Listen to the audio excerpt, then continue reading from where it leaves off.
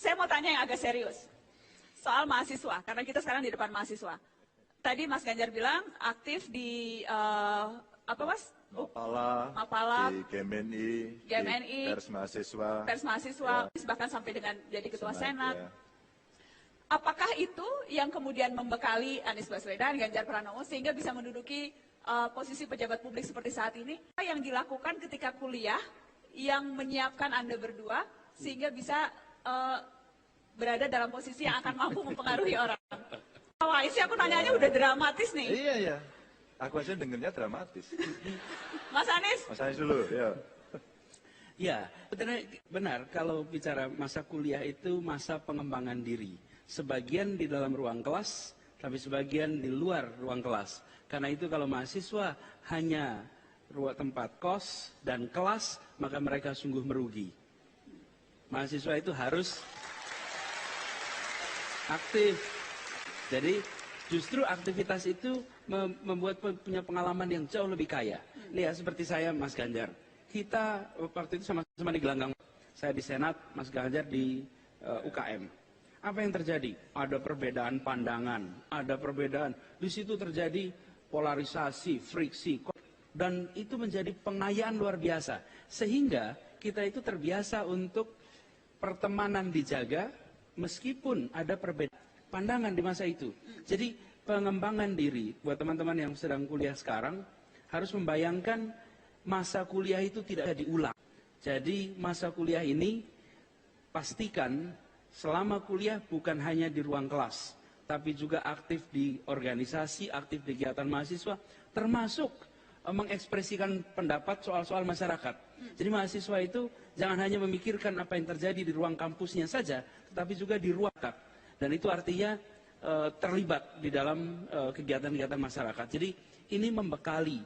Di saat aktif itu mungkin terasa, tapi sesudah itu akan terasa manfaatnya. Dan yang tidak kalah penting, kuliahnya jangan kemudian tertinggal kalau aktif dua-duanya. Mas Anies emang IP-nya berapa dulu? Nah, ini sensitif ini. Sarah. Ini berat. Kan aku sih konkret aja, Ketua Senat, banyak kegiatan. Emang apa? Jadi waktu itu saya targetkan lulus sama IP itu pakai target.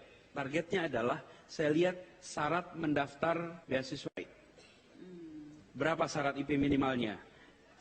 Kemudian jumlah tahun lulus, nggak ada yang tanya lagi berapa tahun Anda lulus. Tapi kalau IP-nya di bawah IP untuk daftar beasiswa S2, maka Anda nggak mungkin bisa meneruskan ke S2 karena terhambat IP. Jadi IP minimal itu di atas, nah waktu itu 2,75. Mas Anies 2,75. Sekarang 3,25. Oh. Jadi kalau sekarang kira-kira sekarang ya, kan namanya makanya ada devaluasi ya kan, rupiah dulu rupiah sekarang lain bukan, ya kan? Jadi nggak jadi berapa waktu itu? Waktu itu ini Mbak jawabnya muter-muter. IP minimal untuk Fulbright 2,75, saya dapat hampir 3. Oh lumayan. Dengan kegiatan yang segudang. Jadi ya tapi waktunya ditambah. Jadi saya bilang begini, satu semester muannya dikurang. Kalau satu semester misalnya saya selalu mengatakan beban SKS, waktu itu aku selalu 24. Kadang-kadang 30 SKS per semester. Yaitu 18 di ruang kelas, 12 di luar kelas. Di luar kegiatan macam-macam. Kegiatan macam-macam. Jadi kita juga harus menghitung itu sebetulnya sebagai proses pembelajaran. Karena itu waktu saya ngelola kampus di Paramadina, di kampus Paramadina itu sampai sekarang kita memiliki 2 transkrip. Transkrip akademik dan transkrip non-akademik. Karena setiap mahasiswa harus memiliki kegiatan di luar kelas. Karena tujuannya mendapatkan pengalaman ekstra. Jadi kalau dihitung, jumlah kuliahnya, waktu kuliahnya lebih lama dibandingkan rata-rata yang lulus sekarang. Tapi rasanya pengalaman yang didapat masa kuliah justru menjadi bekal yang tak ternilai di masa kuliah.